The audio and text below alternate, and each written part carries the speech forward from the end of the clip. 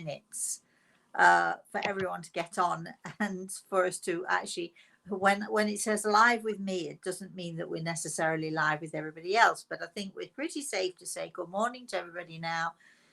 First of all, I'd like to say good morning to my spirit guide, Grey Eagle, who is always to my right. And it's so weird, you know, when I'm looking at myself in the camera and I'm saying, and he's standing to my right, I actually, where the way that I'm looking, it's everything is to the left. It's all opposite. Anyway, so certainly to say good morning to Grey Eagle, and who will at some point today have a message for all of you.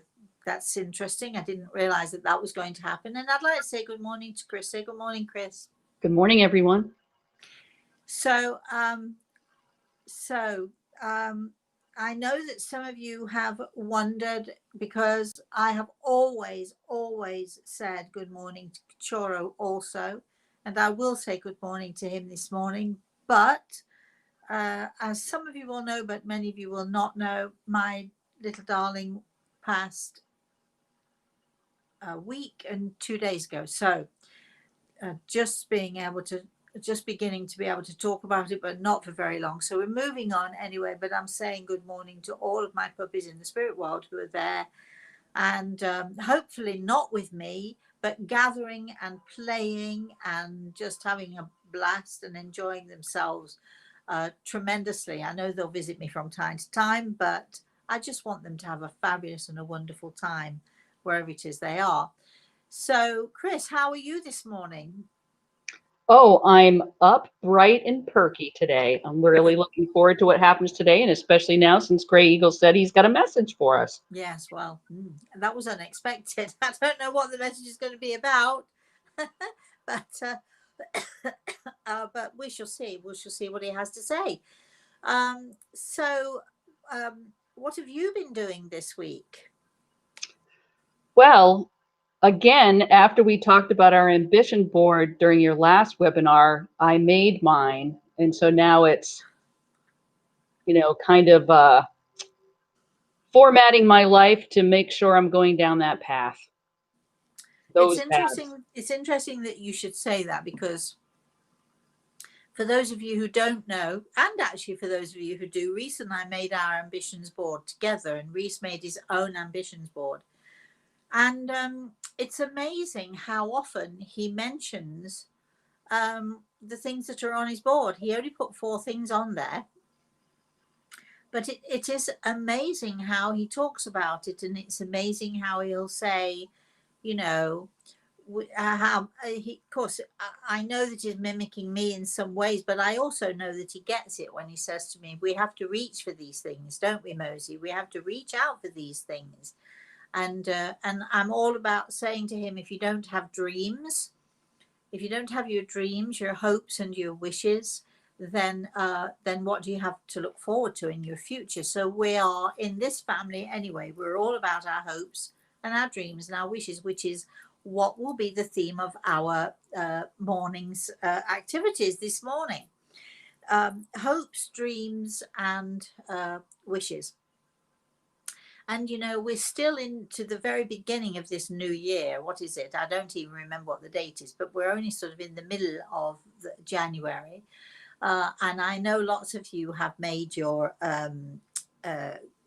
New Year's resolutions, and I know that a lot of you have already broken them, which is what our ambitions board is all about. It's about helping us to hold on to those hopes and dreams and wishes, and not just to hold on to them, but to be inspired and to be motivated to continue, so that we move forward and we do achieve our hopes and our ambitions and our dreams and our wishes. Reese has a dream catcher at the end of his bed, and we were sitting yesterday or the day before, and he was pointing it out to me, and he said, Mosey, do you know what a dream catcher is? And I said, I do, darling. So we had a conversation about the dream catchers that the Native Americans firmly believed that you could in fact have this dream catcher to catch your dreams, to catch your hopes, to catch your wishes. Now, Some people actually believe that the dream catcher is a way of protecting us. It holds our dreams, our hopes, and our wishes, and keeps them safe for us. Other people believe that the dream catcher is the catcher, the catcher that takes all the awful stuff, the horrible dreams, the stuff the stuff of nightmares even, and takes them and keeps them away from us. So I would be interested to see if anybody has any views on that. But these kinds of things, the Native Americans, and still they do today, use these things as tools, as ways of dealing with life, as ways of coping with things, as ways of understanding their own spiritual self and their own soul and their own soul's purpose here.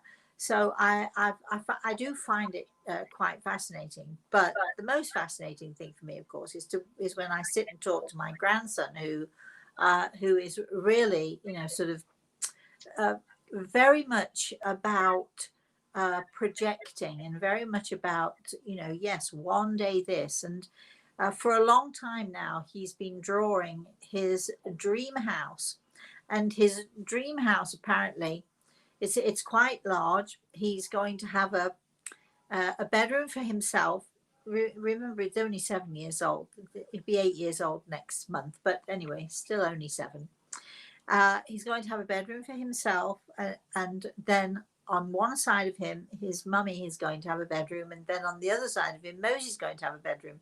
So the three of us are all going to live in this dream house, and every bedroom has a bathroom, and he plans it out and he draws it out, and sometimes he's got these magnet tiles that he builds with, or he's got his Lego that he builds with, and it's pretty much the same dream for him, the same wish for him, that we are all living in the same house with a pool.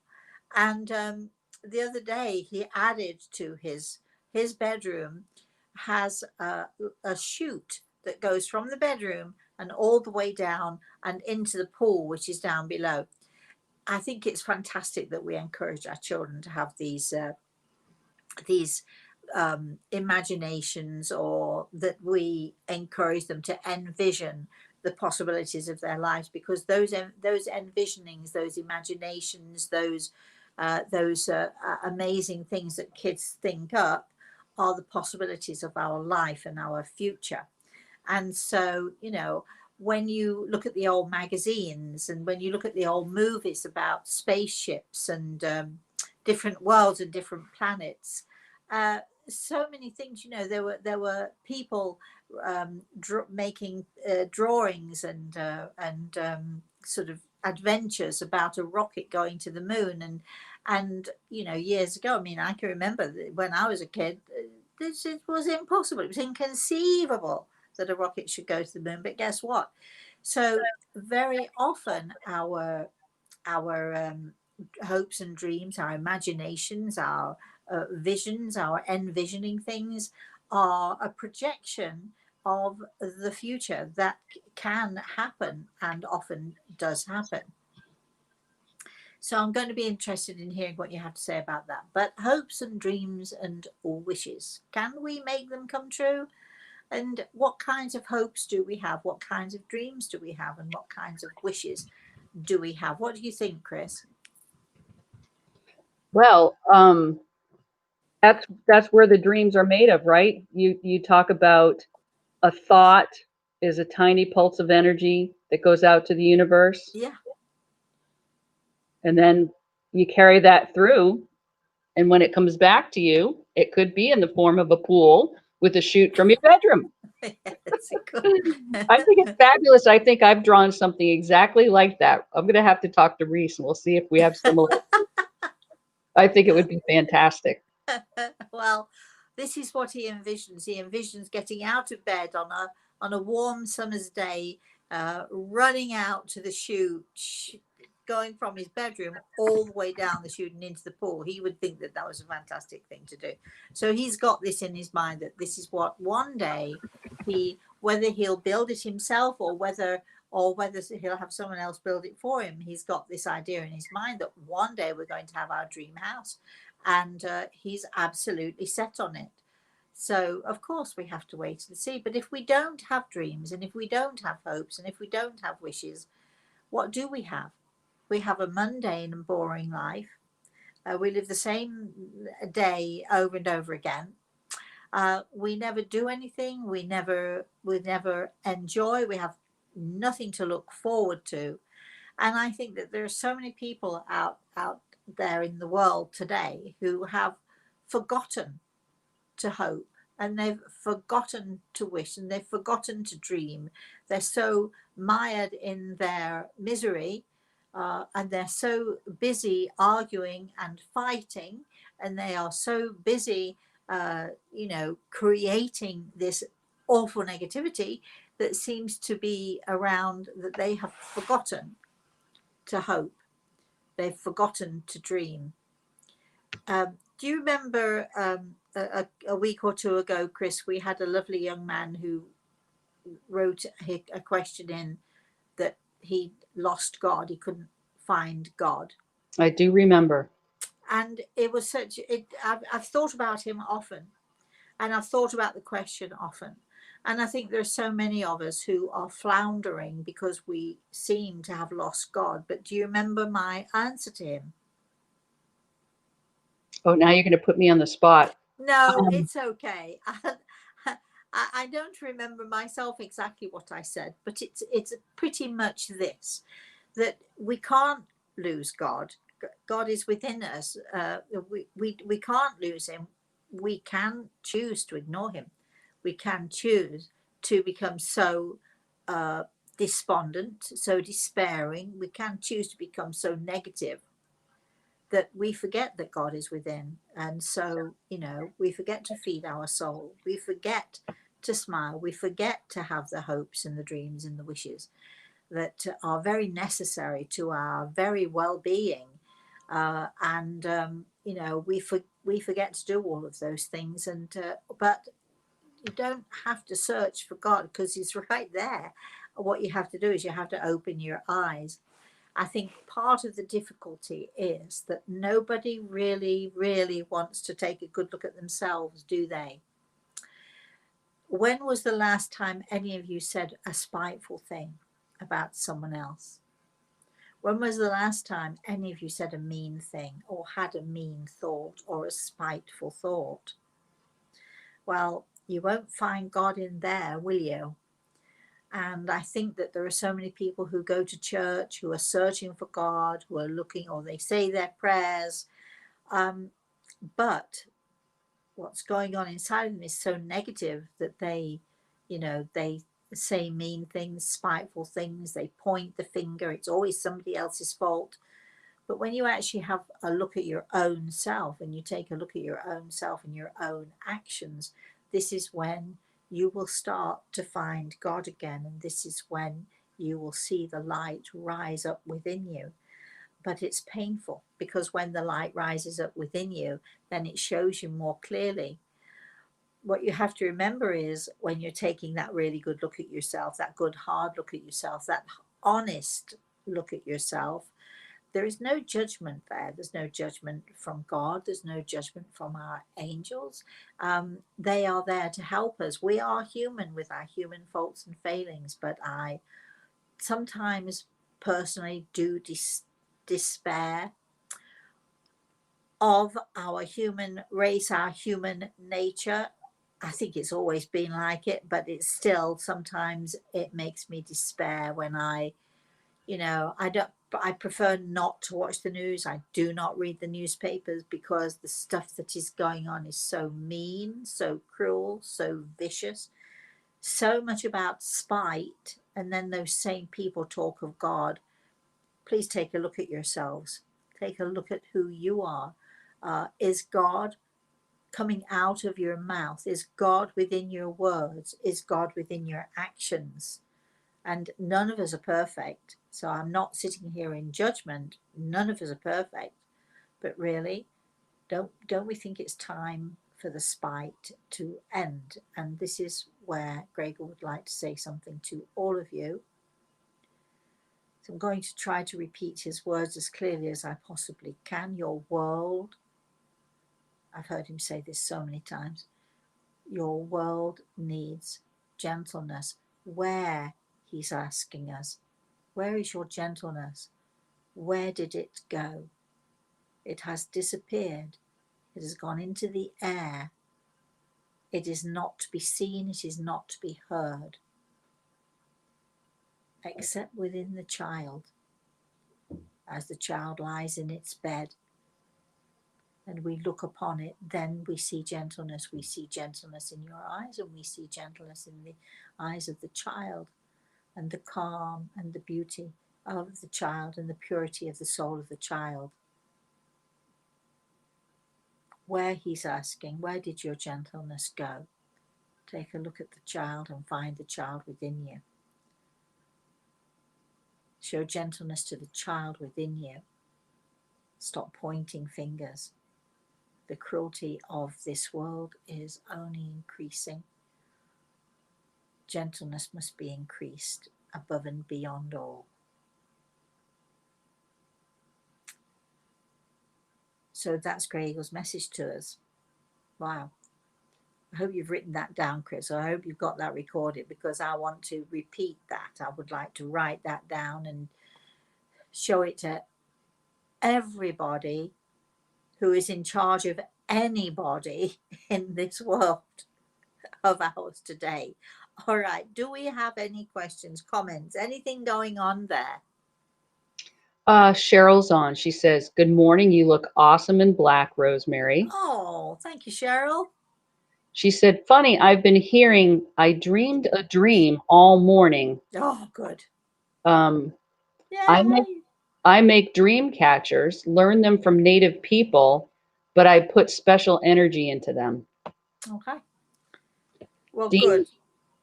Dean says, "Good morning, hi all." Hi, darling. Sharon's saying good morning to Good everyone. morning. And both Megan and Cheryl are talking about the Rainbow Bridge for Cachorro. Oh, okay. Well, all right. So I don't want that. That's so nice of all of you, but we're moving on from Cachorro because I could only say it once and I don't want to talk about it again right now. So, but thank you, all of you, for all of your prayers, all of your wishes, and all of that stuff. Moving on, Chris. Carol is on. Morning, Carol. Spirit came in my bedroom. My dog jumped up on me and looked behind me. I think I know who it might be, but please ask Gray Eagle about this spirit. Well, what he's saying to you, my lovely, is that you're the one who needs to ask the questions because you know who it is. That's as much as you're getting from us. You've got to trust yourself. You've got to trust. You've got to learn. And I do understand. I'm going to sort of just mention one thing. I know how easy it is, and I know it's the lingo. I know people learn this language that they think is perhaps correct language, and maybe it is. Who am I to say? Spirit came in to me. Yeah, great. Well, I am a little bit more personal with my views on that. I don't say spirits or spirit came to me. It's just a little foible of mine, but it seems so impersonal, doesn't it? When I see people in the spirit world, whoops, there they are, they're people. I see people in the spirit world. So someone from the spirit world came to you, my darling. And your puppy, of course, puppies are very sensitive about these things, aren't they? And your puppy was able to see that and hopefully were able to feel that. But they are people. They are not, when we mention spirit, the spirit, a spirit, spirit came, however we mention that. Number one, it sort of makes them, to my mind anyway, this is only me, it makes them sound like they're wispy bits of sort of stuff floating around. They're of no substance whatsoever, which is, in my experience, absolutely not true. They are very much more vibrant, very much more alive. They are people or animals, whatever they are, but they are beings. And I always feel that, if I say, oh, spirit spoke to me, what does that mean anyway? Either Grey Eagle speaks to me, or my father speaks to me, or my puppies come and say hello to me, or, whoever it is I'm talking to in the spirit world, they're not, So I just would like to mention, I would love to hear more of that. And if we can make it a little bit more personal, and if we can understand that this, spirit is, I get it, I understand, because so many people use that jargon, but I've always referred to those in the spirit world as those in the spirit world. and and never ever have I said spirit is speaking to me, or I see spirit, because, well, it doesn't mean anything to me. I see those in the spirit world. I see people in the spirit world. I see animals in the spirit world. So I think we should go on a campaign, all of us, to use the right jargon, as opposed to using jargon that, a lot of people, myself included, might feel a little bit, what does that mean? It's a bit impersonal. What do you think to that, Chris? Well, I had a quick sort of thought in my head. If the roles were reversed and we suddenly popped into the spirit world, would they be going, the humans came into my bedroom last night? Yeah. Well, it's actually What would even it look less. like? It's actually even less personal than that, isn't it? Because at least they call us human. We don't, spirit. What does it mean? So I don't mean to be disparaging, and I know we all have our own opinions, but that is mine, and I think we should all go on a campaign to use language that those who don't necessarily believe or don't necessarily understand what we're talking about, if we use the right language, people would understand more, I think. That's my own personal view. Chris, keep going. Well, you know what else that brings up, Rosemary? In the book Hanta, wasn't they one of the words that wasn't used? And that's Yes. what you're basically saying. If Well, you, you're absolutely so right. Um, the book Han to Yo. Han to Yo is a book that was written many years ago by a woman by the name of Ruth Beebe Hill. She went to live with, I think it was the Dakota tribe, but I'm not 100% sure on that. But she went to live with the Native American tribe, and she stayed there for somewhere around 22 years. And at some point, one of the grandfathers decided, and it took a long time for him to trust that she would write the book in the way that he wanted her to write it. One of the grandfathers said, okay, I'm going to give you this story. And then she wrote the story. But at the very beginning of the book, there are, I'm going to probably get this wrong, 22 words, I think it is, but I'm not 100% sure. That are not, never have been, nor are they substituted by any other word. There are these 22 words, I think it is, that the Native Americans, that is not in their language, absolutely not in their language, nor is there another word that substitutes for a substitute. So the word weed, the word they, Chris, the word it is a favorite, one of my favorites. And when you read through the words, assume is another one, and promise uh, is another one. They don't have a word for promise, because if you say you're going to do something, you're going to do it. There's no need to say I promise, because your word, you've just said, I'll do that. So there's no need to add on to it that you promise it, because your word is once given is good enough. So when you go through these words, and I find I'm a wordy, I find words very fascinating. When you go through these words, you can see why they would never be and shouldn't be in our language either. Because when we say it's isn't it great today?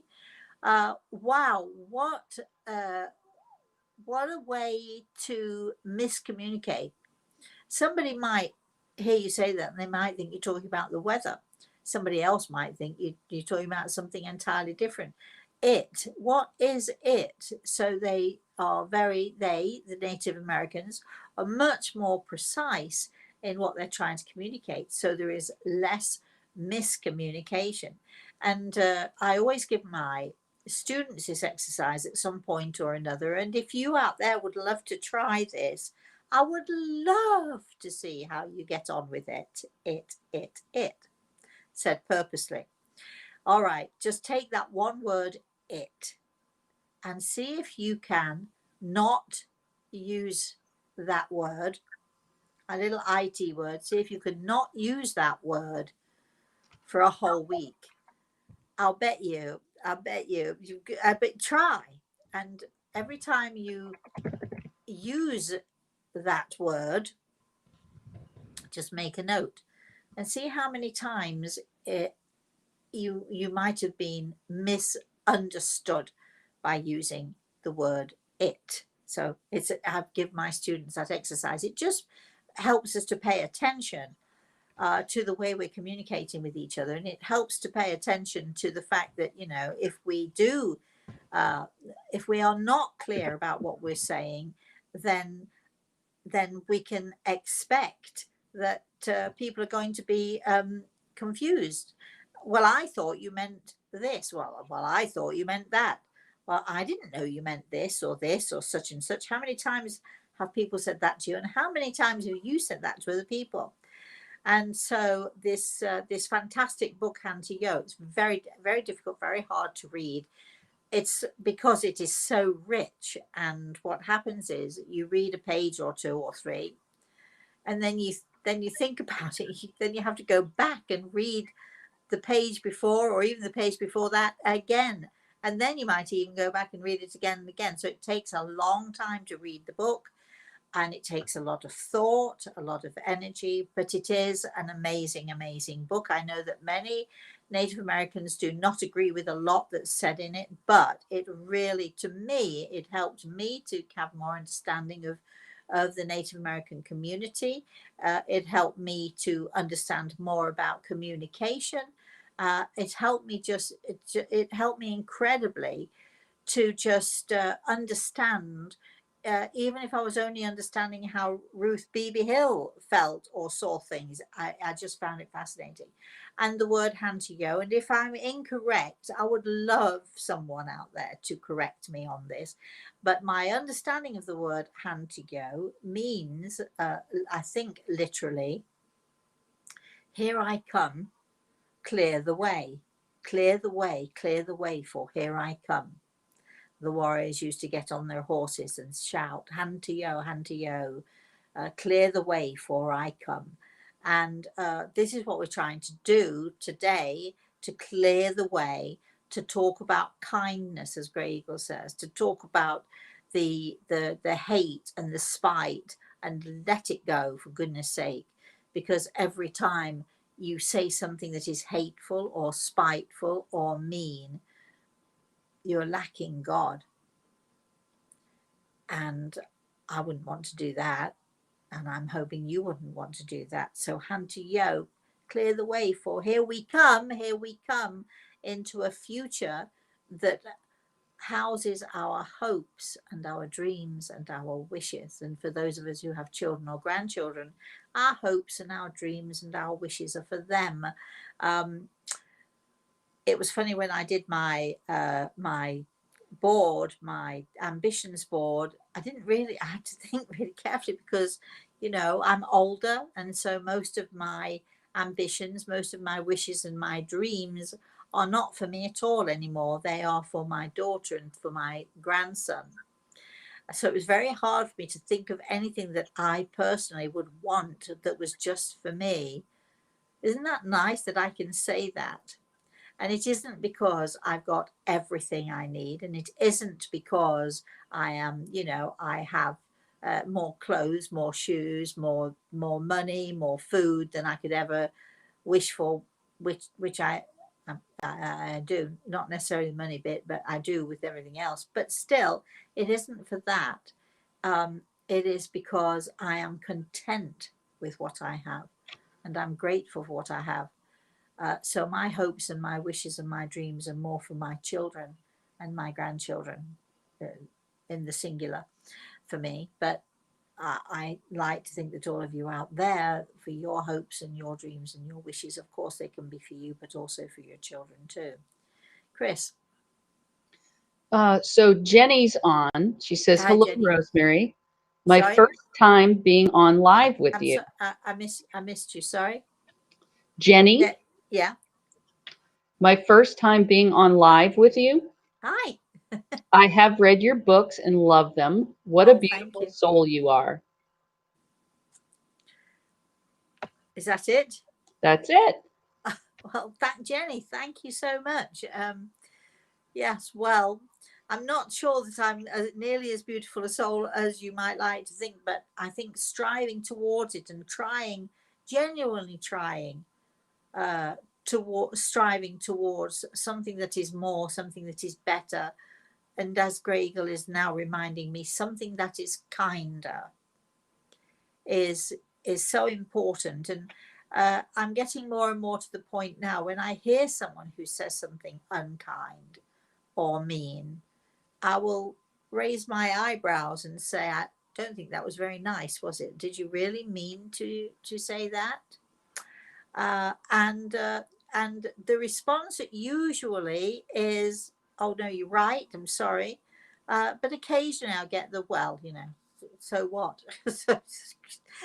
Well, you know, so what is right? So then reap your own rewards on that, because negativity is the thing that destroys us the most and the quickest. Chris. Megan's on. Hi, Megan. Her youngest son, Pepe, wanted to ask you a question. Oh, go. Our dog, Chewy, stares at the wall all the time now, mesmerized.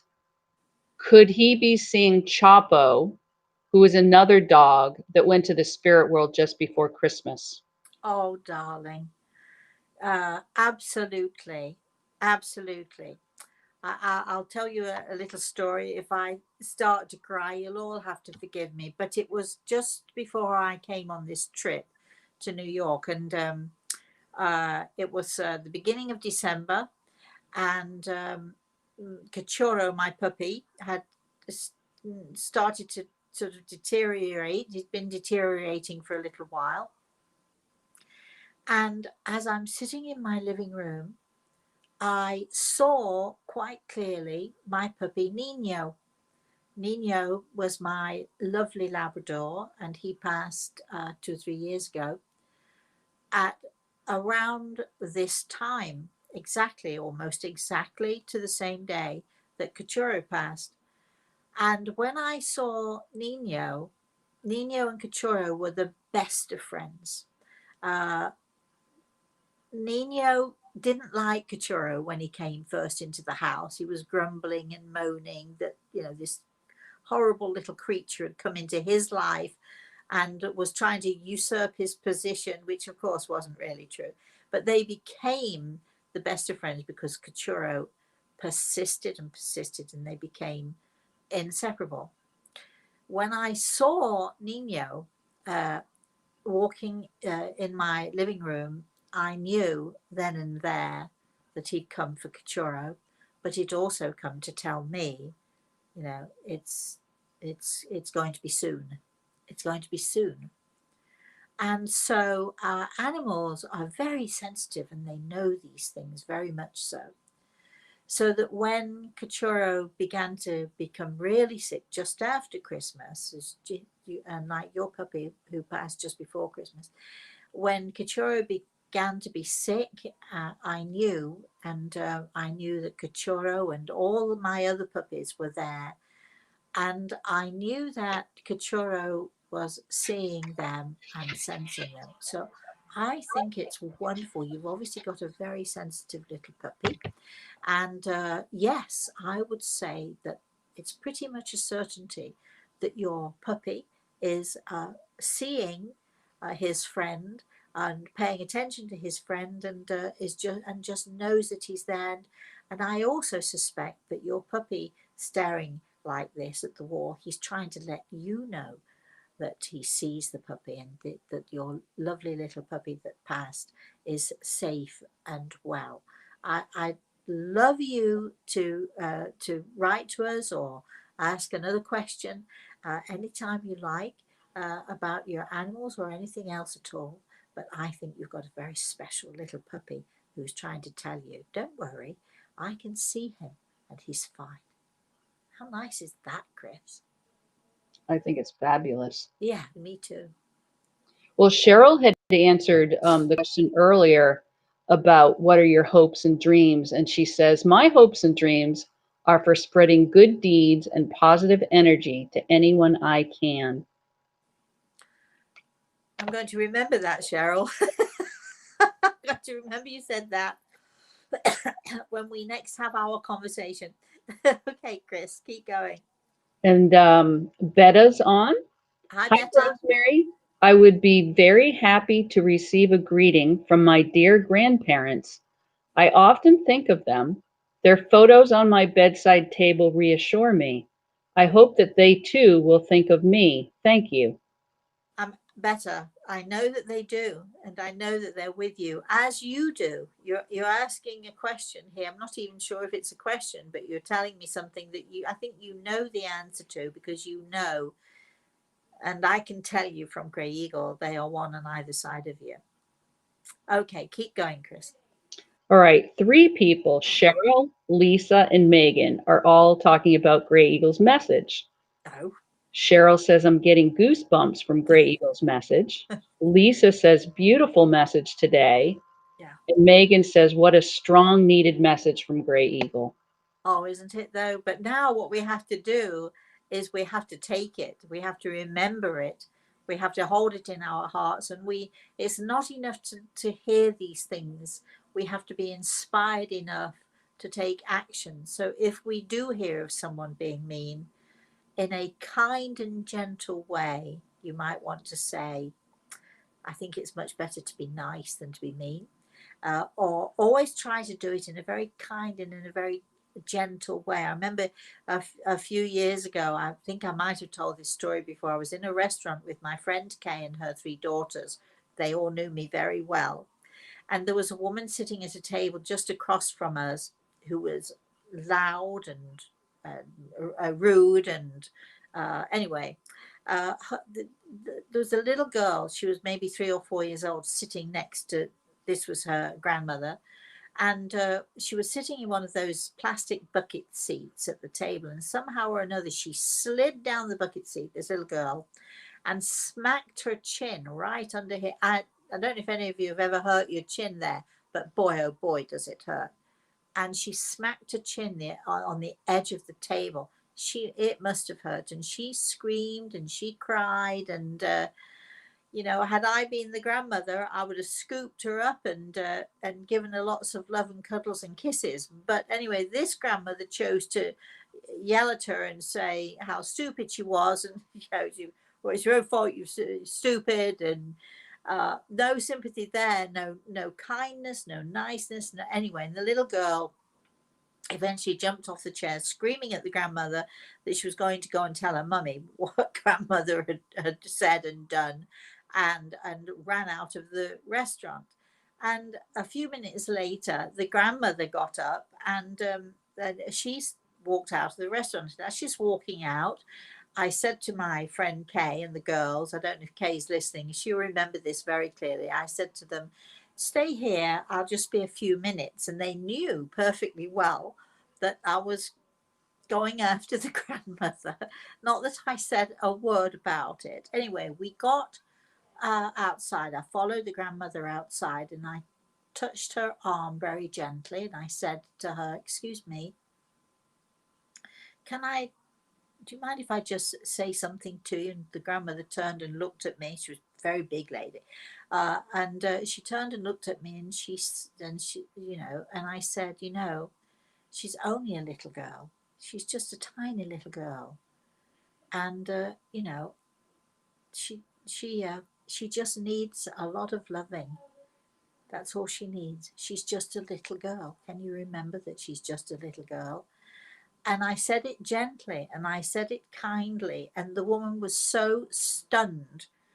I don't know if she was more stunned by what I said or if she was more stunned by the fact that I wasn't berating her. I wasn't criticizing her. I was just pointing out that this little girl was just a little girl. And and then I came back inside and sat down with my friend and with her daughters, who they all wanted to know, what did you say? What did you say? And I just didn't respond. I said, oh, just perhaps a little reminder to be kind and to be gentle. Um, there is a further part to that story that we won't quite go into just yet. But anyway, maybe I'll tell that story later. But if you see, my point is, if you see something that is going on that isn't quite right, there's no need to be aggressive about it, and there's no need to be judgmental or critical. Just a gentle reminder to somebody. So I'll sometimes see somebody sort of smacking the kid's head or screaming at somebody, and I'll wait for a few minutes, and I'll go up to them. I'll say, excuse me, I know you must be having a really bad day. And I did this once in a store to a lady who was berating her son dreadfully, and I just went up to her and I said, excuse me, I know you must be having a really hard day, must be having. And she just burst into tears. She was so grateful that somebody had recognized that she was having a bad day. Be gentle, be nice, be kind, but don't let these things slide, because that's how the world becomes a mean place, a cruel place, when those of us who want to say something stand by and we don't, and those who are full of aggression and meanness and spite will, we don't want them to win, do we? We don't want them to win out, do we? I mean, isn't that what happens in every single war before it starts? People see the writing on the wall, they see things that are not right, but they'd rather bury their head in the sand than what is it? I don't want to get involved. How many times have we heard that phrase? Chris, I feel as if I've got to stop now, because I feel as if I'm preaching here, and I don't mean to preach to anybody. I just am sort of pointing out that we can all do something. We just have to stand up. All right, so Jenny's on. I can channel many spirits to help grieving parents with final questions, but my own son never comes through or appears as the many other spirits do. It makes me sad. I don't see my own baby. Well, my darling, it is nice that you're able to do this for other people. But I think that perhaps instead of trying to reach out to help everybody else, maybe it's time that you started to look inside you and to try to help your own self. Very often we can be so full of grief, or we can be so full of pain, or whatever it is there, that we create a block. And it's much easier, isn't it, to help other people than it is to help ourselves. It's so much easier to look for other people than it is to look for our own selves. But I think if you take a step back and take a breath or two, I think you will find that he is there, just waiting for you. But I think you've got to be quiet. You've got to be still inside of yourself. You've got to be quiet inside yourself. And when you're so full of grief, the last thing you want to do is to be quiet inside yourself, because that's when you start to cry. That's when your emotions come to the fore. That's when you have to deal with your own grief. And that is such a painful, painful thing to do. But I think you need to do that in order to connect with your son. He is there. Yes, Chris. So there aren't any more questions right now, but it reminds me of, you've had a statement over the years, would you rather be right or happy? Yes. I Yeah. think it'd be kind of nice to talk about that. Well, there are so many of us who, I guess, rather than look at our own selves, we like to point the finger elsewhere, don't we? We like to, well, if it hadn't been for him, and if it hadn't been for that, or if it hadn't been for the boss, or if it hadn't been for, let's point the finger. Let's not look at ourselves. Let's point the finger somewhere else. And there are so many people who just want to be right, or they don't want to perceive themselves as being wrong in any way. So blaming other people is far easier. It's a far easier thing to do. And I so often have to ask people, would you rather be right, or would you rather be happy? Now, you would think the majority of people would say, I would rather be happy, but you'd be amazed how many people actually turn around and say, well, actually, I'd rather be right. So, if you're going to be right all the time and never look at yourself and never see the things that you could have done differently that might have changed the situation, if you're not going to do that and you just want to be right, I can assure you that you will never be happy. So would you rather be right, or would you rather be happy when you're saying mean things about someone else? Take a look at yourself. How many mean things could we say about you in this moment of vitriol, of spite, of meanness?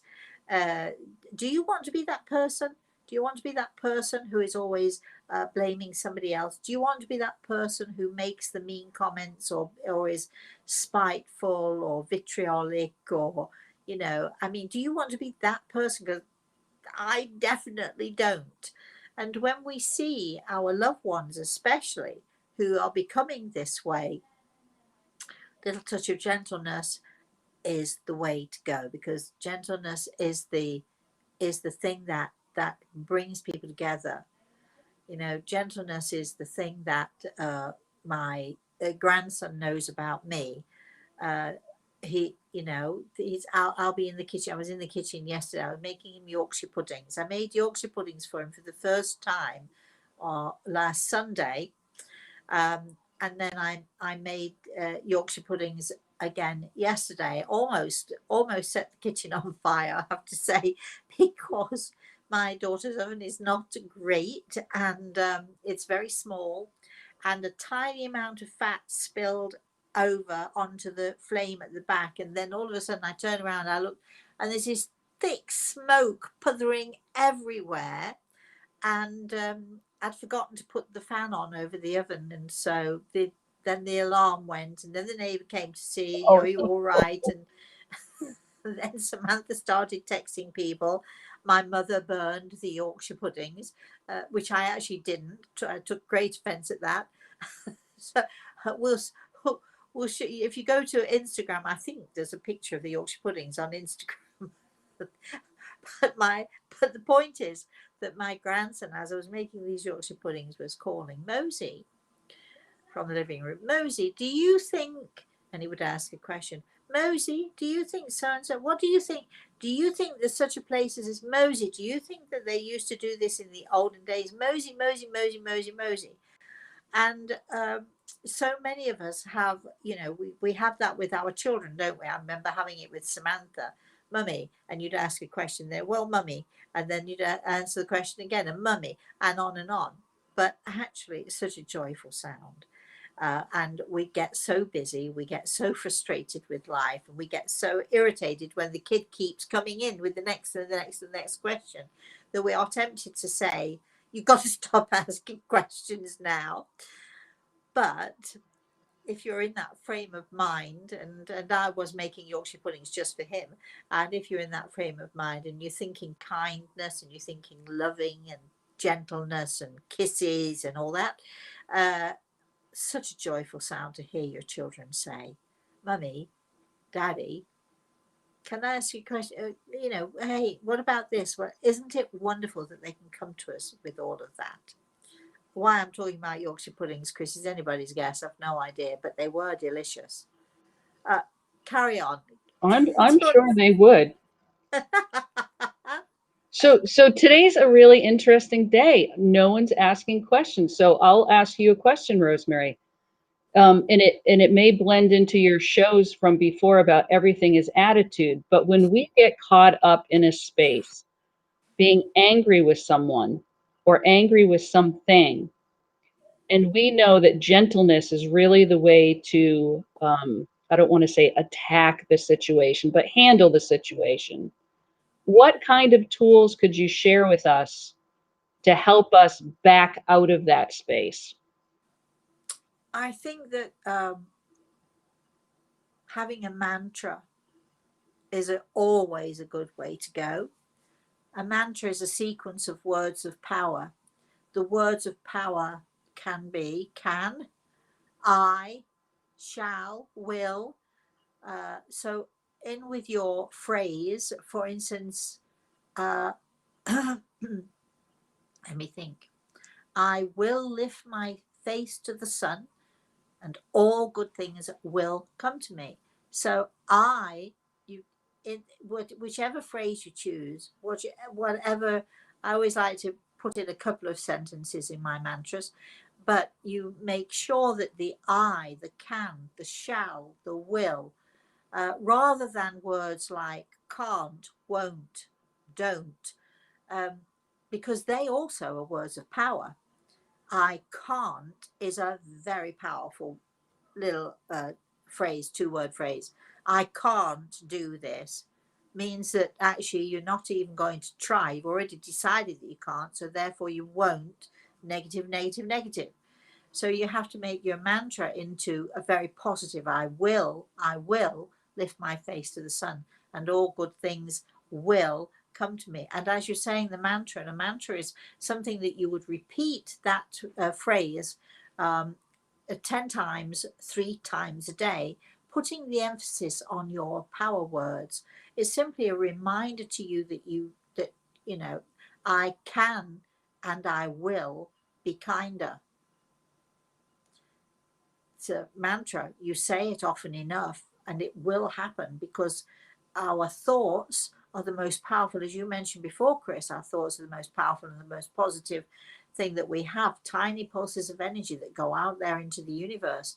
And if we send out those tiny pulses of energy of negativity is going to come back to us, because as our thoughts go out, they gather the same type of energy, reach the person or the people that we're thinking of, and then come right back to us like a boomerang. Our thoughts come back to us, our energy comes back to us. So whatever it is that we're putting out there comes back to us. And if we're putting out mean, spiteful, cruel, or just miserable and unhappy thoughts, boy oh boy, are they going to come right back to us tenfold. So we're not only affecting people we're thinking about in that way, we're also affecting our own selves. It always comes back to us.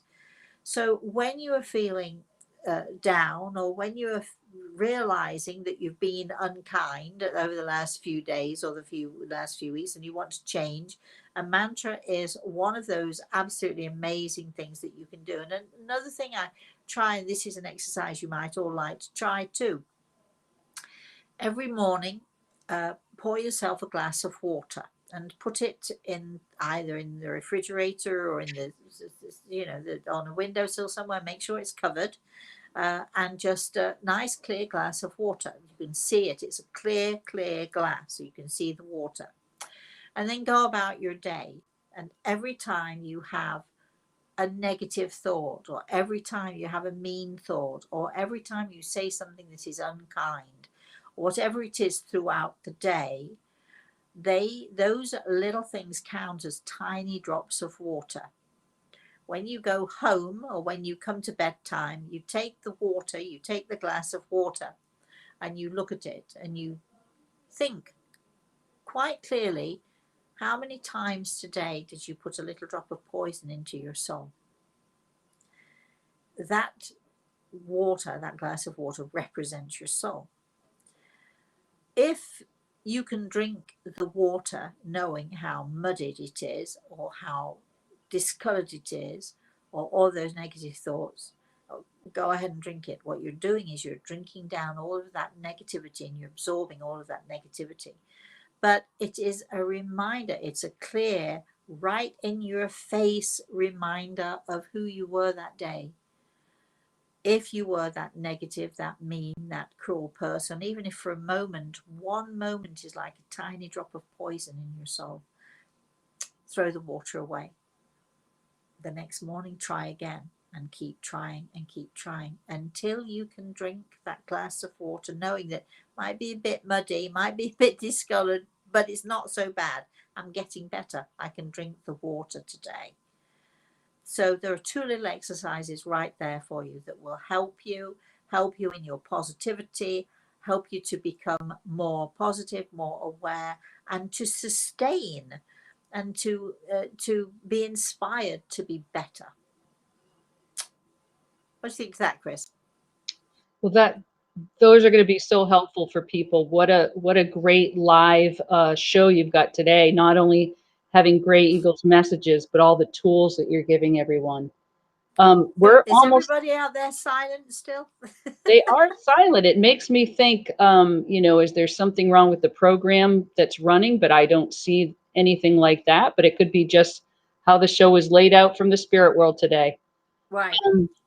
But we're down to just a couple minutes before time. And I wondered, did you want to talk about the soul signs upcoming webinar and the changes? Yes, we are still having our soul signs webinar, but if you go to the website, you'll see that it's sort of, I think it's for 4 evenings, and we are actually changing that because we've had so many people who've asked, can we do this over a weekend, or can we do this at a different time? Because people are working, we understand that. So we are, whatever it says on the website, which by the way is rosemaryaltea.com. Is that right, Chris? Yes. I always have to question myself there. Do go to the website because there's a lot of fun stuff on there. A lot of information there. There's a lot of little videos that you can watch, listen to, and of course we have our program of events. We are definitely going to be doing soul signs because boy oh boy, there's so much to learn from that, and it's such a fascinating topic. It's such a fascinating subject. We'll be talking more about it over the coming weeks and what it is that we're going to be doing. We have not actually set a date. It will be either the 21st and 22nd, which is a Saturday morning and a Sunday morning of February, or it will be the following, which I think is the 27th and the 28th, but we'll let you know as soon as we can. So as soon as we've got it up on our website, or as soon as you know that you want to be a part of this webinar, then you just click on the website and you'll be able to get your tickets there. But we'll be talking much more about what we're going to be doing, and we'll be talking much more and giving some examples of those soul signs who are married, who are not compatible because of their soul sign, and how we can make it right, how we can make those relationships more compatible. We'll be talking about the compatibility between siblings, between parents. We'll be talking about the compatibility of our children. What soul signs are our children? How do they match with our soul sign? Are they compatible? Is our energy compatible? We're going to talk about all of those things. So we'll be talking about that, giving you some examples, and hopefully you'll take a look at and see what we're doing in the webinar, which will be either, I'm going to say again, the 21st and 22nd of February, or the 27th and the 28th. I do believe they're the right dates. So we'll keep you posted. You've got to come and join. We'll be back on Saturday morning with our story time this week. No idea what the story is going to be, but we'll figure it out. I know perhaps Gregor's got an idea in mind.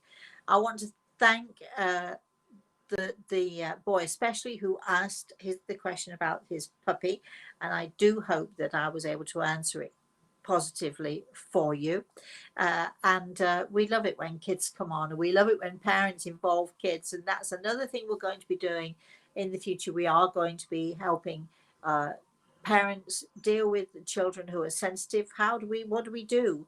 What do we do when they start asking these questions that are sometimes awkward questions? How do we answer children's questions? We're going to be doing some of that as well, and maybe even having a webinar on that particular subject. So, get ready, gear up, hand to yo, clear the way for here we come.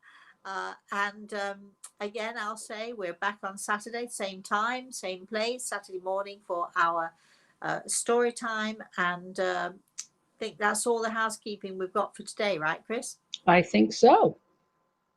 So thank you all very much for joining us. I would like especially to say thank you to Great Eagle for joining us here. I'd like to say thank you to Chris, and especially I'd like to thank all of you for joining us. I see there's a little bit of movement. Do we have any other comments, Chris, before we're about to switch off? No, we do not. Okay.